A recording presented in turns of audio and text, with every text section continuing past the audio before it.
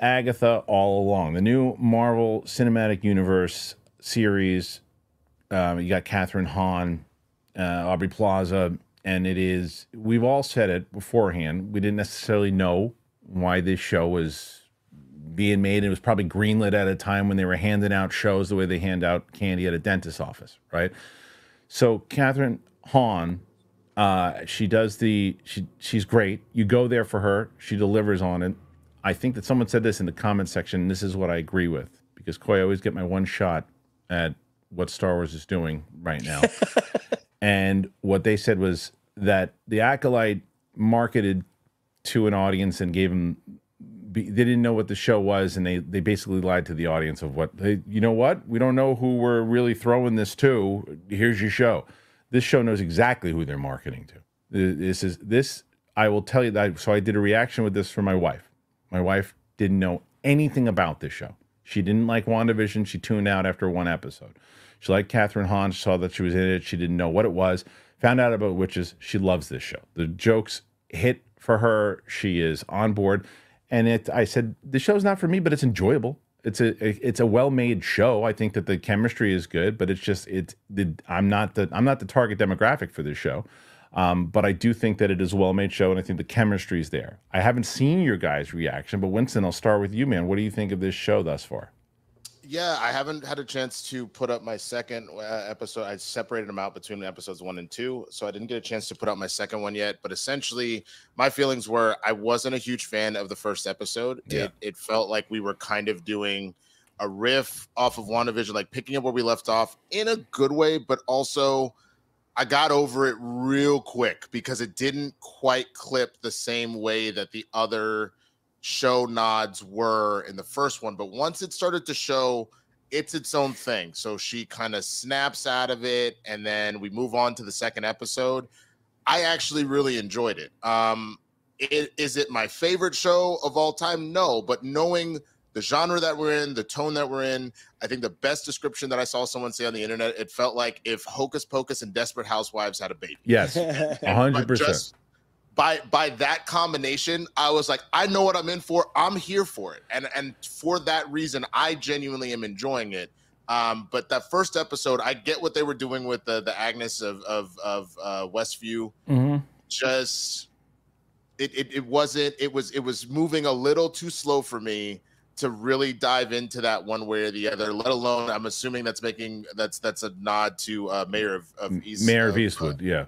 To which I was calling it Mayor of Eastwick the whole time. But I with me not having seen the show, I get it enough as far as procedurals, but it wasn't working for me. And so once we got to the nitty gritty of what this really was, I was like, yep, I like it. I always like the meta stuff. I'm still like the nod to the meta, but it just wasn't clipping. But once we got to episode 2 and I knew what this was, I was like, yep, I'm here. Well, that's what I mean. The show clearly knows what it wants to be. It knows what it wants to be, and it has the chemistry and all that. I still don't understand totally like who they're going after and the whole, if they feel like, if this is the audience we're going after, and we're trying to get new people involved on the show, because you're not going to get the traditional Marvel fan. The traditional Marvel fan is not going to, say, oh my God, I can't wait to sign up and watch Agatha.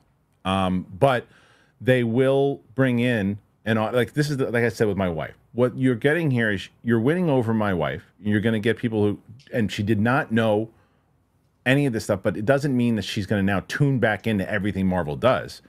And if the idea is we don't care about that, we just want people to find this show, and we want people to watch this show and enjoy this show as it is. That's what it is, and we're going to find some new people to watch it. Then I think that they've succeeded in that. And I didn't watch 3 and 4. Did you watch 3 and 4, Coy? No, I've just seen 1 and 2. So You've I can only speak seen to those two. Okay, so same. So I've only seen 1 and 2. So 3 and 4 could get better. It could get worse. But Coy, from what you've seen thus far, where do you stand on this? I agree with everything both of you have said. I also really like the Desperate Pocus concept. It does feel like it's a bit of Desperate Pocus. That blend does really work for this show. But what I'm curious about is what you just said with your wife. I think is exactly their goal, because there's a huge contingent of Disney branding that isn't Marvel that I do think is kind of bleeding into this. There's that spooky group. There's the people that are like Disney diehards that I think is absolutely going to flourish in this. But I do think there's a smaller subsect that are going to be like, oh, that was the Scarlet Witch corner. That's Agatha. That if they do stuff with them in Secret Wars, I do think that'll be like, oh, I'm already seeing it with my husband or boyfriend or girlfriend or sister. And then like now I'm more excited. So I think there is a little Venn diagram of they won't see it specifically, but it might get them more invested because the show is totally, totally different. And I agree that it's very well made. It's got good chemistry. It's all the concepts I like, but it is certainly not for me. Right. I definitely struggled with the first episode. I could watch it and acknowledge that it was doing clever, cheeky things, but tonally, I didn't think it was landing them for me. Yeah. There's a very fine line between camp and corny. And for me, it was on the other side of, it was corny to me, but I can see how people that love camp would thrive in it if Right. that's how they perceive it. Like, I did Rocky Horror for 4 years in LA. I love Rocky Horror, but there's not much else in the Rocky Horror space that I enjoy. Like, I love Cabin in the Woods. There's not a lot of other meta horror that I dig. So I think my specificity is kind of handicapping my enjoyment. But by the time we got to the second episode, I don't know if it was because it whittled me down. I don't know if it's because I love Aubrey Plaza with all my heart, but I was at least able to connect. Sure. And I think what they're doing is planting seeds for people like us that are just Marvel fans to find some connectivity with like musical elements that I couldn't do in Miss Marvel. Right. Like when they started singing, I was like, oh, that's earned, as opposed to like, we got a musical planet. Like I was able to connect enough that I'm excited for it to be my jam, but I'm not there yet. That's a great point. I mean, because I think that it was, and to where Winston was saying the same thing, where they start off in the first episode, like, oh, they're just doing WandaVision again. And I said to my wife during the reaction, I'm like, I guess they're just going to do a new TV show every episode until how long? But they said, no, that's just to show you that the Wanda's still there. She's still, you know, what was there before, it's still there. We acknowledge it. But this is more about, this is the adventure that Agatha is on. These are the people that she's going to be involved with. Here is your tone. And as I said, there are some jokes that Agatha, when she's recruiting at one point, she starts telling these jokes and they're flying over my head left and right. And my wife's like, do you understand that? Do you get that? I'm like, not really, but you are, and that's great. Right. And so there was some, the show's not aimed towards me. It just isn't. It's not aimed towards me. And I just wonder where it's going. Because here's the thing, I'm watching again The Acolyte, and I'm going, the show is just such a mess, and it's all over the place with the writing and the story, and I'm like, certain things just don't make sense. I still don't know why that Jedi killed himself. I still have no explanation. This story is explaining everything so far. It's explaining what it was, whether or not I, you know, like you said, Coy, I'm like locked in or not. I know, I'm like, oh, well, okay. I look over to my right, my wife is following it, loving it. I'm like, okay, this is for her, but I still wonder what the deal is for Marvel of what they're trying to do. Where do these people fit in the MCU? As we just said, Tom Holland, where do they fit? I do think there is an element of the spinner rack that's happening at like when you go to a comic store, there's not going to be just action comics. There's not going to be just detective comics. There is going to be some stuff that's like Spider-Man Loves Mary Jane and like those comics that are for a demo that might not read both. I think it's really smart of Marvel to do things like this show. It's just whether or not that tone will fit into an Avengers movie if they try to. I could see them using some of this. Honestly, I don't know if this is a spoiler, but Aubrey Plaza's character, I think, has huge ramifications. I think she's one of 3 characters that would be hugely impactful to the greater Marvel universe.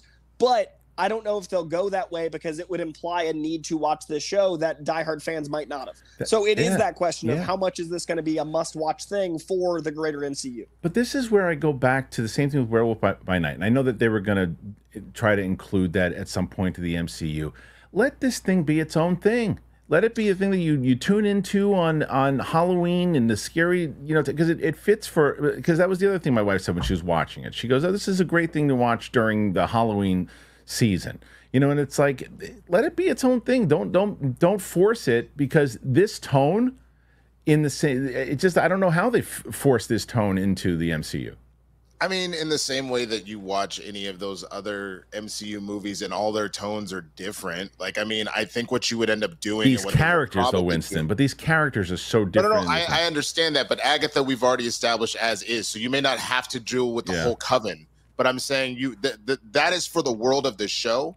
I bet you there will be a point in time, especially when we get to Secret Wars, that they're like, cool, if you're trying to get ready for, you know, that we've gone through Doomsday and now it's on to Secret Wars, it's obviously watch the movies, but then watch episodes like 2 and 7 of Agatha, just like for the pieces, the nuggets that you need, in the same way that if you were watching a TV show, they're like previously on Agatha all along. Like I genuinely think there will be a situation where there will be specific episodes that will tie into what we need, and then the rest is just filling out a TV show.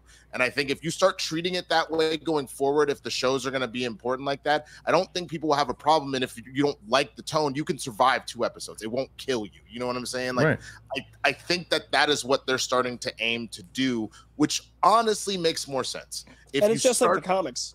Right, exactly. Go read Spider-Man 158 and Spider-Man 222, and then this will make sense for what's going on in Civil War right now. Like, I think that is what we're starting to see them start to make a shift to. Yeah. So look, overall, this show, the tone is set. It knows what it wants to be. I think that it's a lot. There's a lot of episodes. It's only like 37 minutes, like the rest of these shows. This is one of those times where I'm like, that's okay. And I think that I am curious to see where it goes, because as I mentioned and Coy mentioned, Aubrey Plaza is wonderful. Catherine Hahn is tremendous. So for those two alone, I'm curious to see where it ultimately goes. We will see.